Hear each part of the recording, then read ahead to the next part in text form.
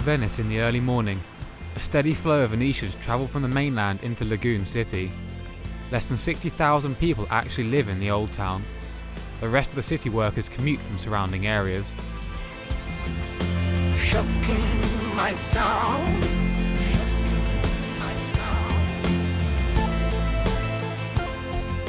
Venice belongs to the tourists from all over the world.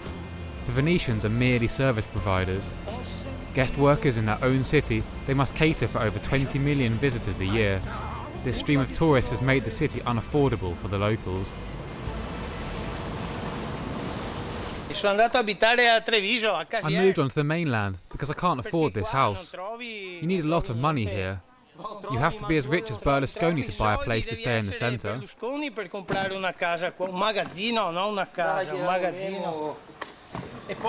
In Italy, everything goes downhill. This has already begun with Craxi, who said that Venice should be a museum for the rich. There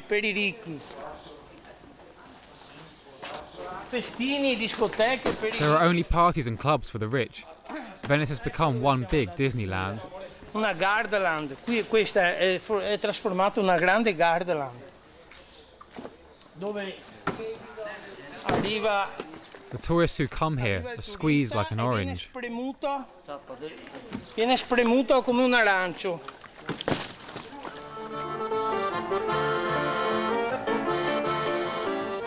Venice is part of the international Euro travel trail. Most tourists come just for a day. In the photo backdrop of Venice, the residents are just extras.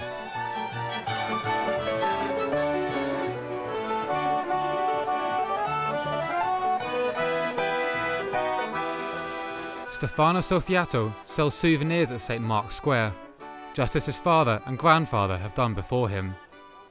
These earlier generations could not know what the consequences of their profitable business with the mass tourism would be. In the last 40 years, Venice has lost half the population. Every day, more citizens are leaving the city. Stefano is trying to bring the general public's attention to this problem. Once a week, he updates this digital counter in the window of a pharmacy. The idea came to me as part of a citizens' initiative. Our group is called Venetia.com. The newspapers have repeatedly stated that there are fewer Venetians living here. We have installed this counter so that the development will be visible to everyone. I update the population count according to the official data of the council.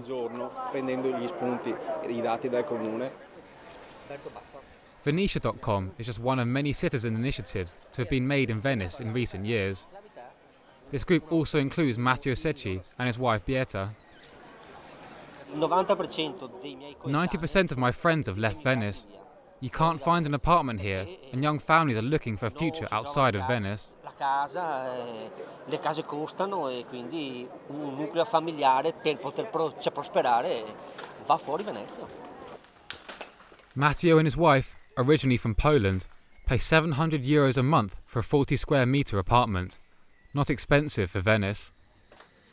Bacino al papino, dai bacino. Cito? Mio amore. Beh, come il sole.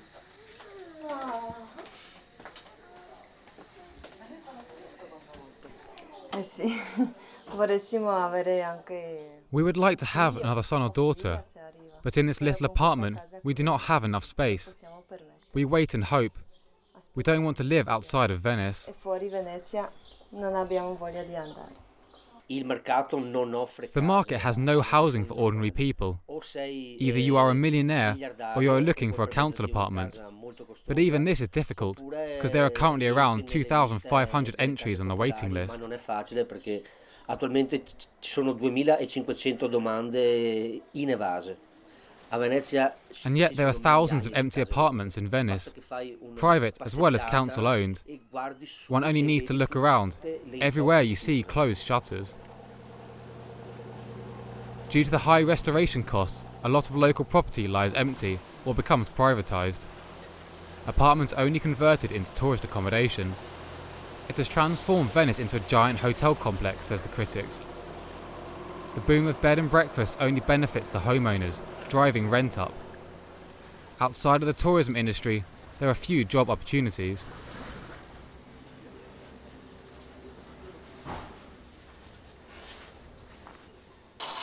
Matteo has leased a hotel, but he will soon be out of business. The costs are higher than his revenue. His father visits him daily. He lives in Marghera on the mainland. Mario Secchi is one of many who cannot afford to live in the city, but can't live without the old Venice. Where else can you find a city without cars, built between water and sky, where man determines the pace? Quindi tifiamo l'Uruguay. Mario goes to one of the local wine bars, which have survived in hidden corners despite the tourist flow. Here time still ticks, Venetian style. For 4 years I lived outside in Mestre. Oh, I see. You belong to those who are gone and are back again. As soon as I could, I came back. You were desperate. Yes, my wife as well. The young left this city against their will, didn't they? Here one has a drink and chats about this and that, and then moves on and meets the next friend. In this tranquil, car-free city, the people simply find each other. Malgrado la recessione, malgrado le problematiche enormi.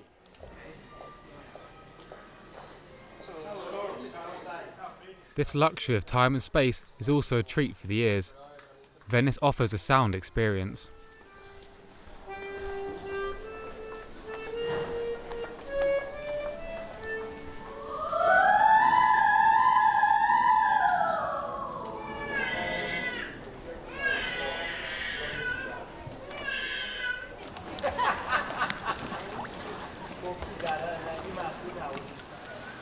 She is perhaps not the most accessible city.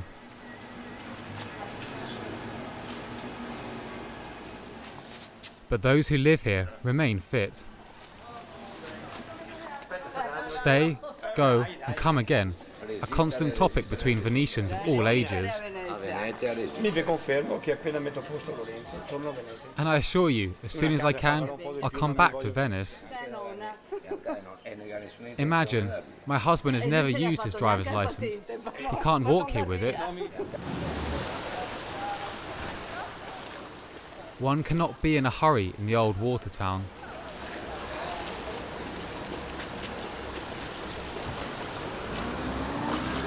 Whoever wants a car and low rent must head to the industrial suburbs on the edge of the lagoon. Some 200,000 inhabitants live in Mestre and Marghera. But after many years there, Mario Secchi still feels like a fish out of water. This is typical Mestre. Mario Secchi lives here because his apartment costs a third of what it would in Venice. Social housing is not lacking here. Since Mestre is considered the district of Venice, the council has simply pushed the housing problem onto the mainland. It leaves the Venetians no choice. They could only get an affordable flat in Mestre. It seems that Venice is expelling its own residents. The bitterness of these retired workers is impossible to ignore. We are not here voluntarily. We are forced to go to the mainland. Forced by who? By politics as usual. I am very angry. I am anarchistic and left-wing, and I can't stand these politicians who administer public property according to their mood and in favour of their private interests.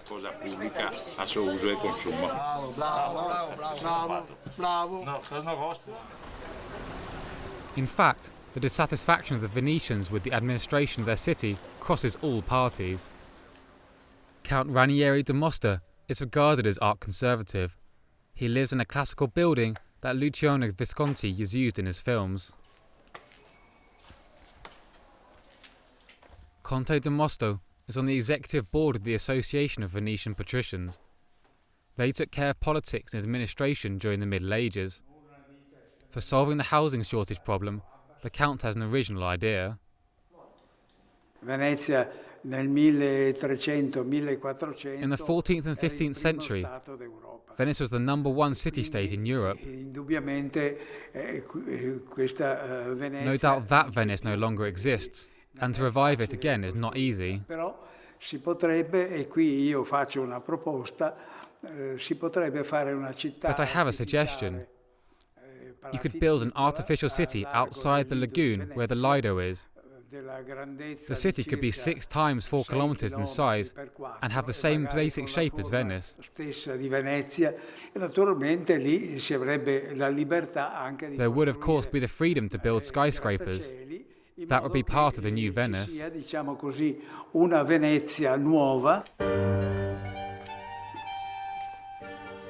The Count believes that the old heart of Venice should be as well preserved as his palace. In these rooms in 1996, the Lega Party proclaimed the independence of northern Italy, the so-called Padania. De Mosto is a supporter of the right-wing party of separatists, which want to be removed from the south of Italy. Just as in the time of the ancestors who discovered the Cape Verde Islands, only the Venetians and no one else should determine our own destiny, he says. Venice and the Veneto province should be re-administered only by Venetians, and, together with the Lombardy, absolutely independent of Rome.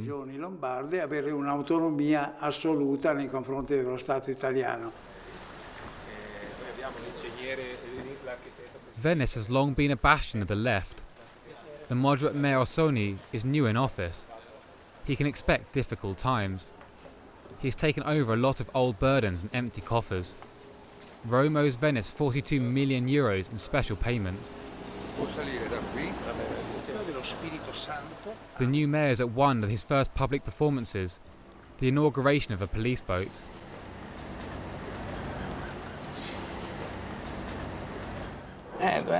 For 2 years Rome was not charged. We are now claiming the money. This is a special budget, which according to the law, Venice is entitled to. Why is this money not paid? Because of budgetary constraints. The Berlusconi government maintains, however, that Italy is doing very well. Then they should prove it to us. How? By transferring the money to us. But even without the special budget, Venice is still invested in. Not in its housing, however, but in more prestigious projects.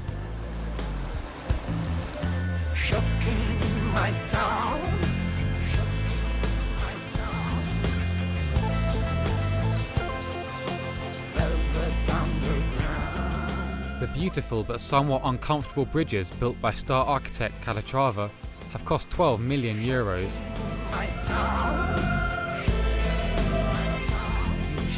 A further 18 million euros was swallowed up by the construction of the modern People Movers. The largest car park on the outskirts of Venice now connects to the bus terminal at Piazza Roma.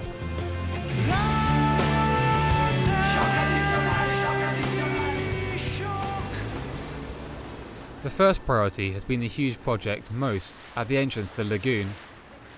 The Italian government is investing up to 5 billion euros in this new lock system to protect Venice from flooding. Engineer John Stocker explains the complex device that will lock the lagoon when the water level rises above 1 metre. Construction is expected to be finished in 2 years and will hopefully protect the slowly sinking Venice. Over the last 100 years, the city has been very affected by the floods. The old town has lost about 2/3 of its population. This is certainly not only due to the floods, but it is in part because of them. If more security is given and floods can be prevented, then that is a part of the revival of Venice. This is not the solution to everything. However, there are other problems that also need to be solved. A big problem is the huge cruise ships. These ships sail directly across the lagoon city, moving huge masses of water and endangering the old buildings resting on stilts.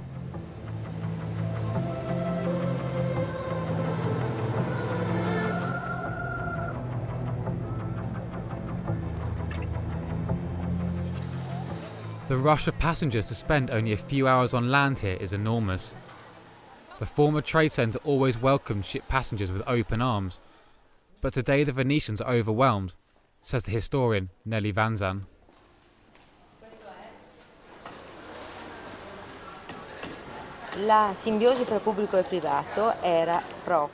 The merging of public and private interest was characteristic of the Res Publica.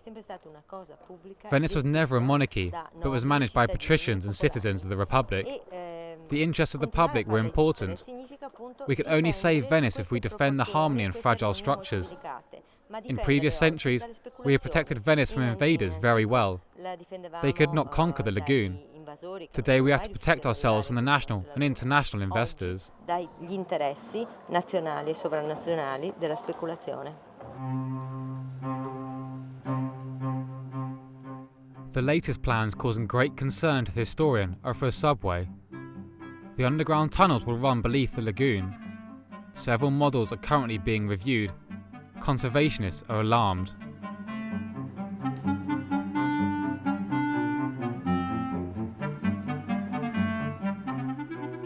But is the subway really a realistic prospect in a city dominated by canals?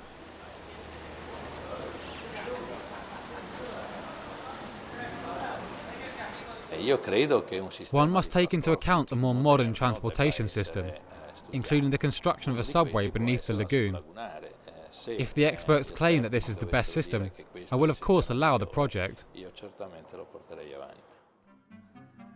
The subway will take passengers directly from the airport to the Old Town. Nelly Varzen sees no benefit for the residents. She fears that the flow of tourists will only become more rapid and bring the lagoon city to the edge of collapse. Venezia ha una dimensione a misura di passo e di navigazione. Venice has its own tempo, determined by pedestrians and waterways. Of course, the people need faster transportation. The most appropriate would be faster boats. But the visitor who wants to enjoy the city should adapt to its slow rhythm. Deve rispettare quelli che sono I tempi della città. But currently, it is the other way around.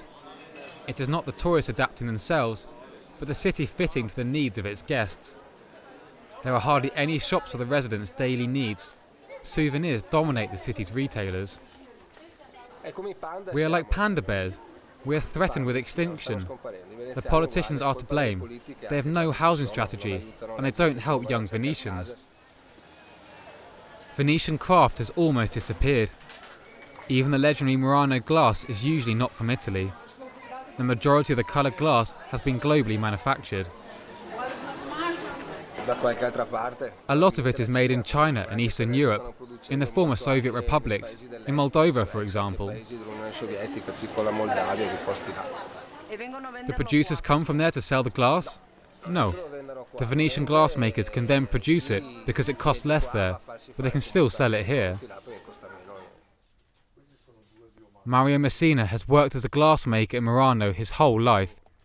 Today he sells glass souvenirs labelled Made in China. I cinesi hanno imparato molto presto. The Chinese have learned very quickly, and the glass is the same no matter where it is produced. The only difference is the price of labour. As far as I have heard, workers in China earn 2 to 3 euros a day. Our glazier receives up to 200 euros each day for the same work. Mentre il nostro maestro può prendere anche 200 euro al giorno. Questa è la differenza. The Venetians have a great craft tradition, but today you have to go to the cemetery located on the island of San Michele to meet some of the last marble masters of Venice. There were once thousands of them. They created the fantastic art and structures that tourists from all over the world marvel at today. Yet it is hard for today's craftsmen to find buyers. Okay.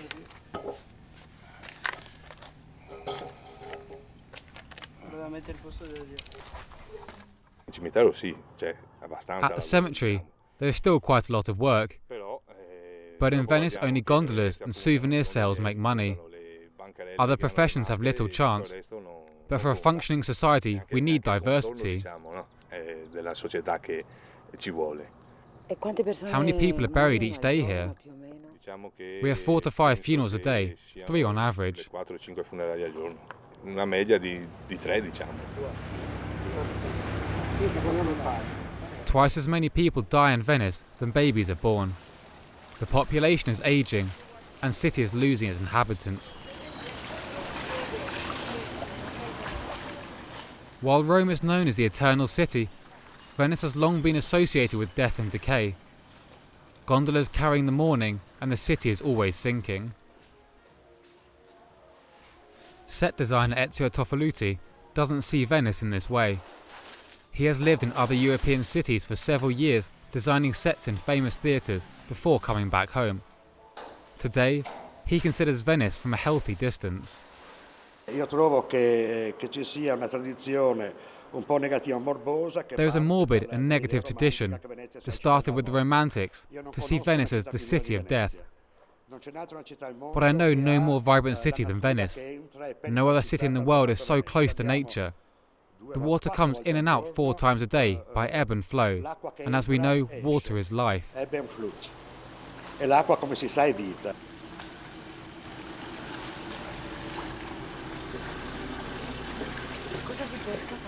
Yet you won't meet many optimists in Venice, so how can the city be revived? Through the university, through new talents that come from outside the city and help to shape it.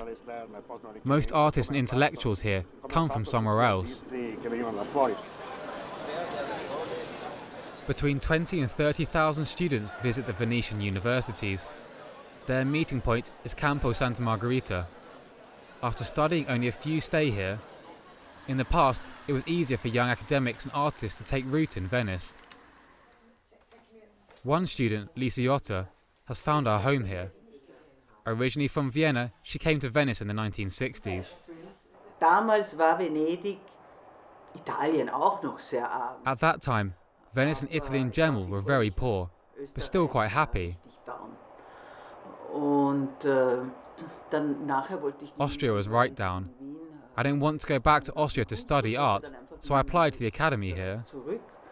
Und habe mich dann hier eingeschrieben in die Akademie. Lisa Yotta lives in Venice in her own private paradise. She is one of the so-called secret gardens, hidden from the prying eyes of the tourists.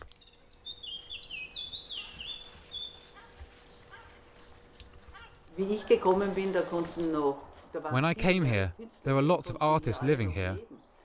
Today it is difficult because it is so expensive. You can't find anything here, and everything is uncomfortable. A large part of the charm of Venice has been stripped away by these tourist masses. One can imagine the end of Venice, just black bats and sad houses. This is a happy ship, which I've dreamed of many times. You can only dream of such vessels. And down there, there's a cat that does not exist around here anymore. Up to 10 years ago, thousands of stray cats populated the streets of Venice.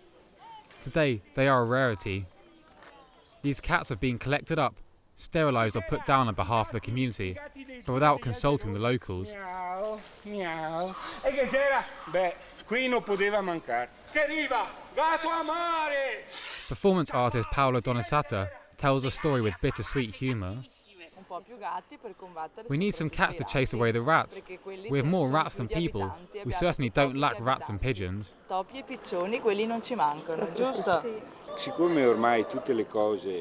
Today you can only buy expensive things here. Free-running cats are not part of that, so they are gone. Gone is the freedom to live as before. A few years ago, people who weren't rich could still live side by side with those who came to wealth. Today you have to be rich, or you can't make it here. There's no alternative. Adesso o sei ricco o non ce la fai. Fine, non ci sono alternative. But it is not all bad. A small alternative scene of young people are resisting. Emmanuel and Alessandro live in the district of Santa Marta in occupied dwellings. The properties are owned by the council and were empty.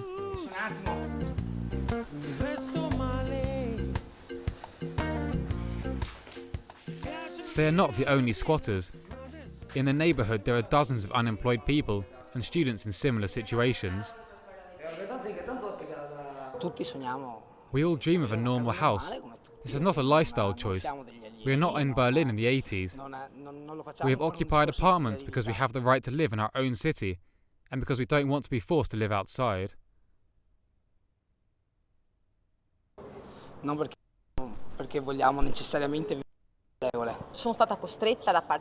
was forced out by the council. 8 years ago, when I got married and was pregnant with my first child, I applied for a council flat. I was the 1,000th on an endless waiting list. The council told me that I would have to wait 15 years if I had a chance at all. Loro stessi mi hanno detto che se avessi avuto la possibilità di avere una casa ce l'avrei avuta fra 15 anni se mi andava bene. Un bacino, Jasmine. Alessandra is now a mother of 4 children and has a part-time job as a cleaning woman. The authorities exert pressure on the squatters over and over again, but they don't want to give away. Where could they go with so little money?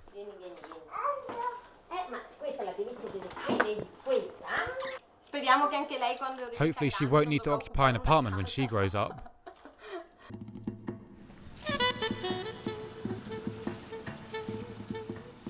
Across the water is the neighbourhood of Giudecca. The island across from San Marco draws in new residents. Grocery stores and other normal shops survive without needing to sell souvenirs.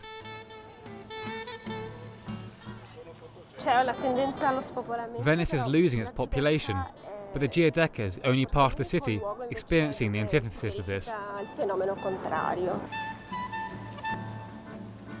The Giudecca is a former slum area.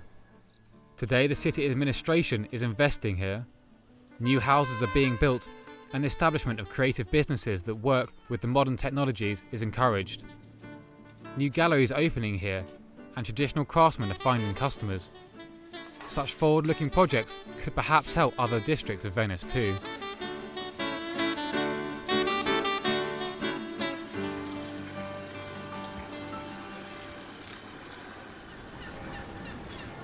Whether the Giudecca model sets a precedent or the massive pressure from the tourism industry and investors puts an end to Venice will come down to the council policy.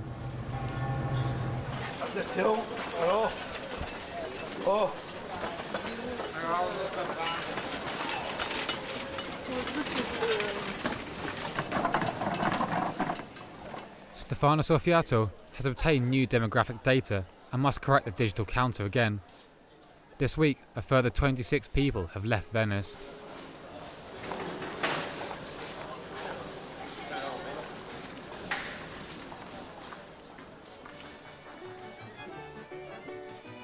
A new day, and the cycle of tourism begins again in the World Heritage Site. Is Venice becoming a theme park or an exclusive urban development? Either way, the Venetians want their city back.